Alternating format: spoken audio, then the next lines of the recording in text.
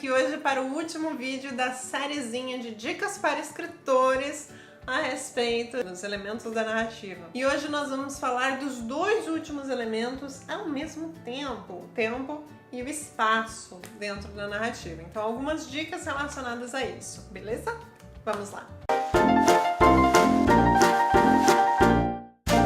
Tempo e espaço são dois elementos que variam muito em relação ao gênero que você está trabalhando. Gênero, nesse caso, não os gêneros narrativos ou gêneros literários, estou falando do gênero de texto que você está fazendo. Então, por exemplo, se você trabalha com fantasia, a questão do espaço pode acabar ganhando muito mais força dentro do seu texto, porque você está criando um mundo completamente diferente, você precisa apresentar muitos aspectos desse mundo, descrever muitas coisas ali, então não tem como você simplesmente pressupor que a coisa está dada e seguir dali adiante, né? Então o espaço acaba ganhando muita força. Em outros casos, porém, se é uma história mais voltada para a atualidade, ou nesse mundo nosso e etc., basta você colocar alguns elementos, né? Esboçar meio palidamente alguns elementos do espaço que já é o suficiente, não precisa de muito mais. Em relação a textos mais modernos, aliás, geralmente o que se explora muito são os elementos que são significativos do espaço, né? Eu não vou mencionar, por exemplo, um aspecto que é comum em relação a todas as casas daquela época. Eu não vou comentar, por exemplo, que o banheiro é dentro de casa, porque atualmente, né, todos os banheiros são dentro de casa, ou praticamente todos. Agora, se o banheiro da casa for fora de casa, isso é uma coisa que vale mencionar, porque é um diferencial, é alguma coisa que foge do tradicional. Existe também um uso do espaço como complementação, às vezes, dos personagens. Porque, por exemplo, no momento em que você descreve o quarto de um personagem sendo dessa ou de outra forma, você traz muitas características a respeito da identidade, da personalidade desse personagem, às vezes da classe social e outros elementos do tipo. Então, se você cria um quarto de uma personagem como é um quarto todo escuro, né? A cama tá bagunçada, tá sempre bagunçada e tem uns pôsteres colados vamos pensar adolescentes, né? Vou descrever dois quartos como sendo quartos de adolescente. Aí tem esse cheio de coisas coladas na parede, pôsteres, as roupas jogadas meio pelo chão e tem umas blusas em cima de uma cadeira, enfim, uma possibilidade de um quarto. Aí nós temos um outro quarto que é super organizado, a roupa de cama é toda rosa, cheia de babados e laços, e tem ursos em cima da cama e bonecas de pano. Então a gente cria uma outra personalidade em torno de uma mesma personagem se a gente apresenta o quarto dela de formas diferentes. Então, às vezes, a descrição de um determinado espaço, especialmente se for um espaço mais habitado, um espaço que é muito característico de um determinado personagem, a descrição dele às vezes ajuda a gente a não ter que falar, essa pessoa é uma pessoa super romântica, essa pessoa é super desorganizada. Eu não preciso dizer isso, eu posso mostrar a partir de um determinado ambiente que essa pessoa ocupa. A mesma coisa pode acontecer se eu, por exemplo, for descrever a geladeira dessa pessoa, ou for descrever o banheiro dessa pessoa, a mesa dessa pessoa, a escrivaninha dela, a penteadeira dela. Então, esses são elementos que são muito, muito próprios da pessoa, muito pessoais, e acaba que aquilo de alguma forma reflete a pessoa.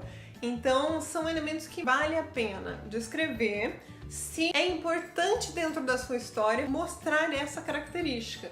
Porque nem sempre é importante mostrar característica X ou Y no personagem. Você não precisa sair descrevendo a casa toda só porque assim você vai mostrar a personalidade do fulano. Não, você tem que selecionar o que é importante que os leitores saibam a respeito do seu personagem e a partir daí você pode escolher mostrar essa característica a partir de uma descrição ou a partir de uma relação, de de um diálogo, enfim, você pode mostrar isso de formas diferentes. O importante aqui é que o espaço pode te ajudar muito, descrever o espaço ou mostrar alguns elementos no espaço podem te ajudar muito na construção de um personagem. A minha dica em relação a isso é não exagere no uso do espaço falando sobre coisas que não são necessárias, que não são fundamentais dentro da sua história. Foca naquilo que realmente vai fazer diferença ali naquele contexto de alguma forma.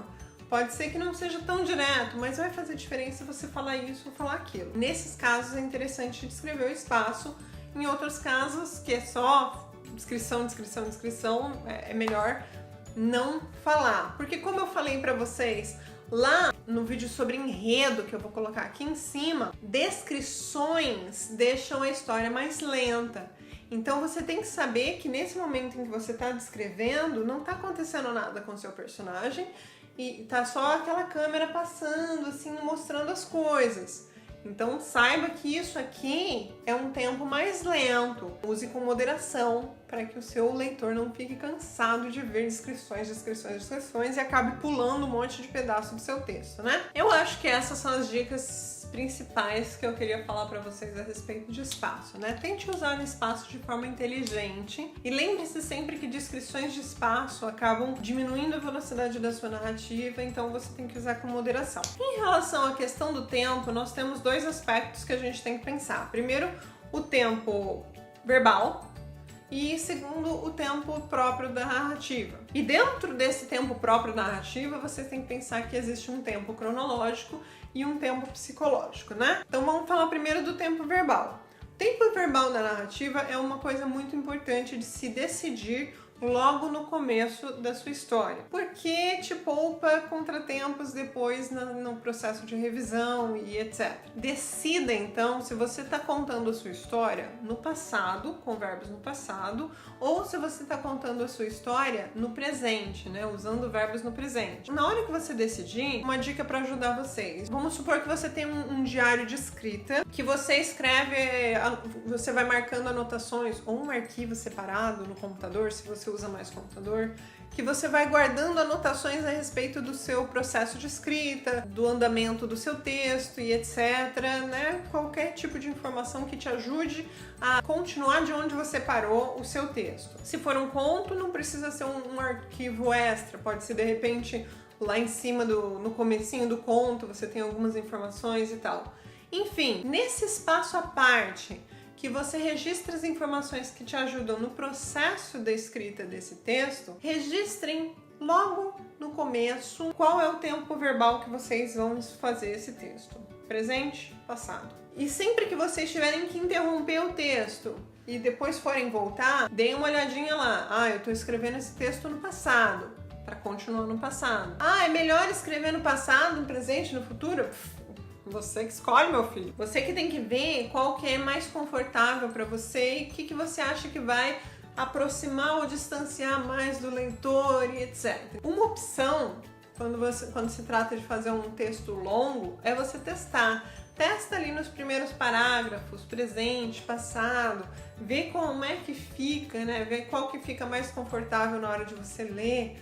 E aí você opta por um ou por outro para fazer o prosseguimento do texto. Em relação a tempo cronológico e tempo psicológico, uma das coisas que vocês têm que manter em mente é que o tempo psicológico é um tempo um pouco mais lento do que o tempo cronológico, no sentido de velocidade de percepção do texto, né? Percepção da velocidade do texto. Por mais que, o fulano pensou essas 35 páginas nos 2 minutos que ele estava parado ali no semáforo.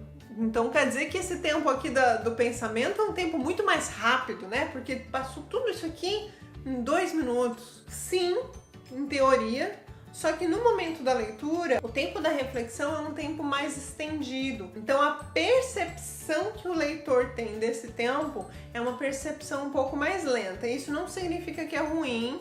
Eu adoro livros que têm muita reflexão. Eu gosto muito de Clarice Lispector, eu gosto muito de Virginia Woolf, eu gostei muito do Ulisses. Então, assim, tem leitores para esse tipo de texto que vai esticar o tempo e fazer com que ele ande tão devagar que 2 minutos demorem 35 páginas. Por isso que é lento, não rápido. 2 minutos precisam de 35 páginas para passar. Então é um tempo que está estendido. A ideia é que, por ser um tempo distendido, ele tem que ser usado com moderação.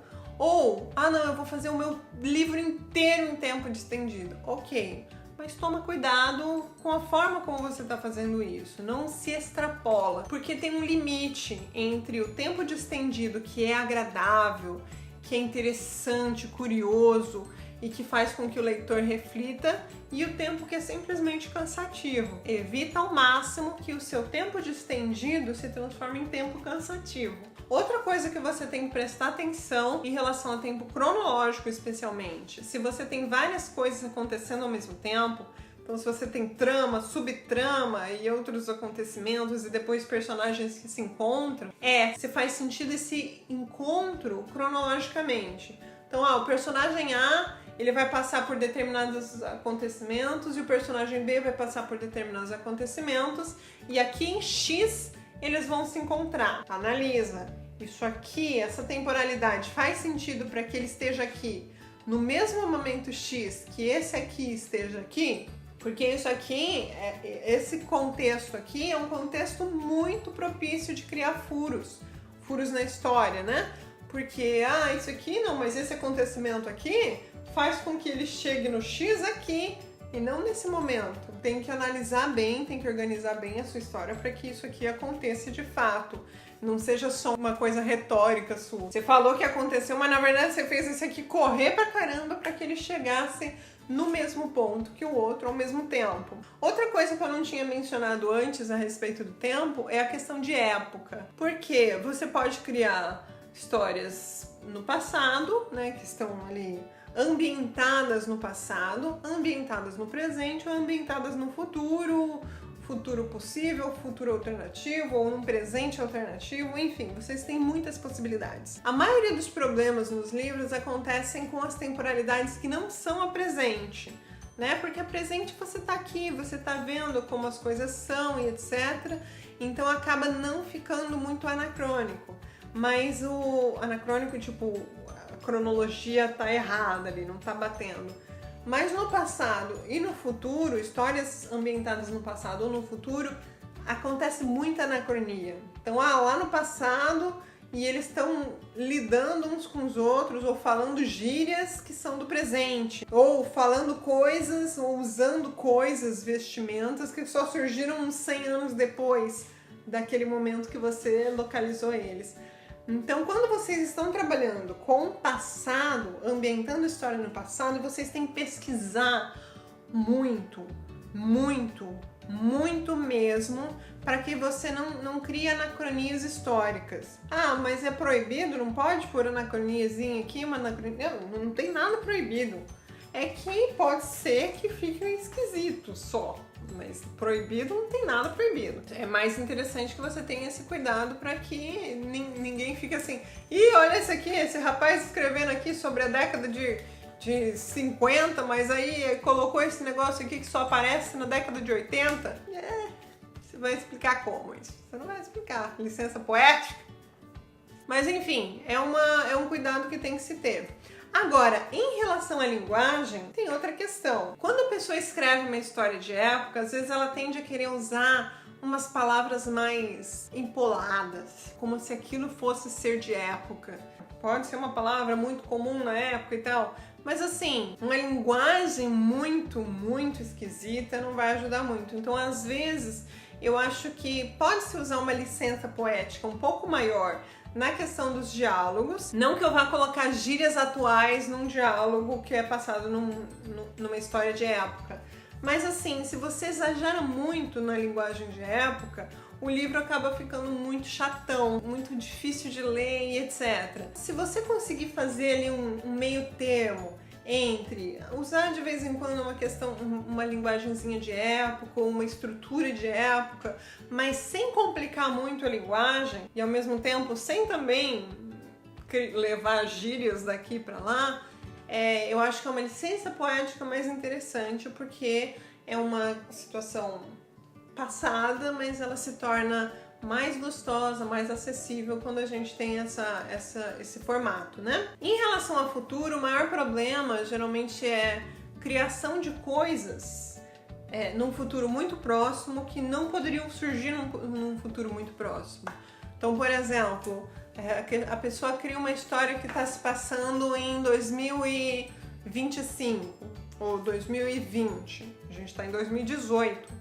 Aí a pessoa já coloca lá um Android, que não é o Android do celular, é um robô que fala, anda, come e substituiu as babás nas casas de famílias ricas. Nós estamos em 2018. Em 2020 ainda não vai ter isso, tá muito perto. Então a gente tem que pensar assim, eu quero colocar esse tipo de coisa diferentona na minha história, então vamos pelo menos dar um tempo suficiente para que esse tipo de coisa pudesse, quem sabe, acontecer. Então esse foi o último vídeo com dicas a respeito de tempo e espaço para vocês que escrevem. Espero que tenha ajudado vocês ou que pelo menos tenha colocado vocês para pensar a respeito de algumas coisas que vocês não tinham pensado antes a respeito da sua escrita. Se vocês têm dúvidas ou reflexões a respeito do assunto desse vídeo, deixem aqui embaixo. Se os vídeos dessa série tiverem muitas dúvidas nos comentários, eu reúno todos eles em um vídeo posterior em que eu responderei essas dúvidas todas de vocês, ok? Mais uma vez, espero que vocês tenham gostado. Se vocês não são inscritos no canal, se inscrevam. Obrigada por acompanharem essa série e beijinhos, até a próxima. Tchau, tchau!